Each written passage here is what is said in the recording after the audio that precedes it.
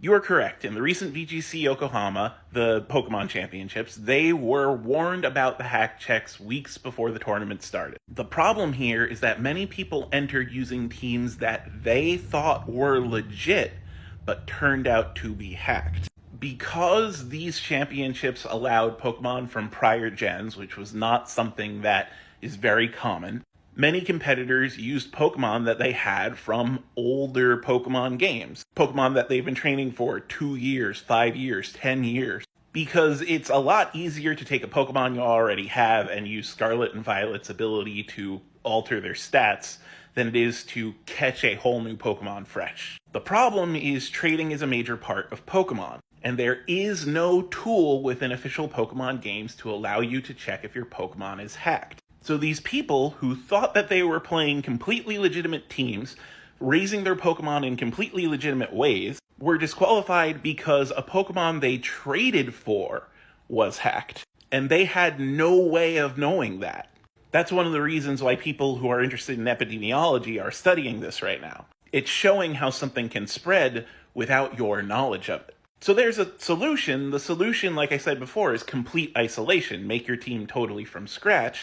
But since trading is such a core element to Pokemon, a lot of people say, well, you can't do that. I mean, one of the core things about Pokemon is that only certain Pokemon are available in certain versions. So, you have to trade to get certain Pokemon. And the only way to fully isolate is to buy both versions yourself. And many feel like that shouldn't be a gatekeeper to the competitive scene. Not to mention other Pokemon require Legends Arceus or BDSP or Sword and Shield or the DLC for Sword and Shield to be able to be obtained and used in the current meta.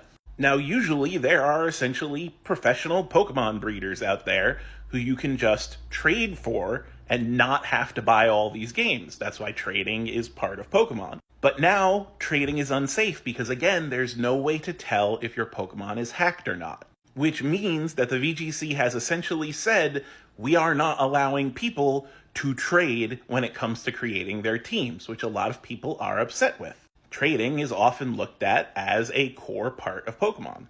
Instead, they're asking you to spend a lot of time and money to basically build a team from scratch for every tournament you go to, which is unfeasible for a lot of people, including people who have won championships. So yeah, this isn't just affecting people who hack the Pokemon themselves, this is affecting anyone who trades any Pokemon ever. And that is a substantial amount of the competitive scene. And it is essentially gatekeeping access to that scene. Because while many people had access to competitive teams via trading before, without the ability to trade without risking a DQ, this has made it effectively impossible for a large portion of competitors. And that's not a good thing. That's why people are upset.